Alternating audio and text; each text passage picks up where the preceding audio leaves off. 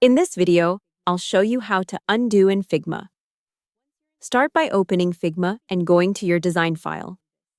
Once you're inside your project, you can begin making changes on your canvas. If you make a mistake or want to go back to a previous step, you can easily undo your last action.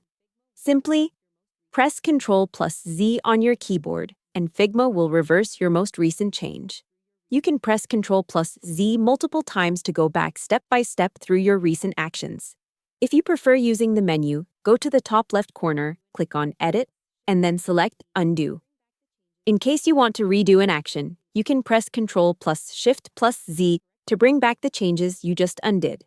Using undo and redo helps you work faster and correct mistakes without affecting your overall design.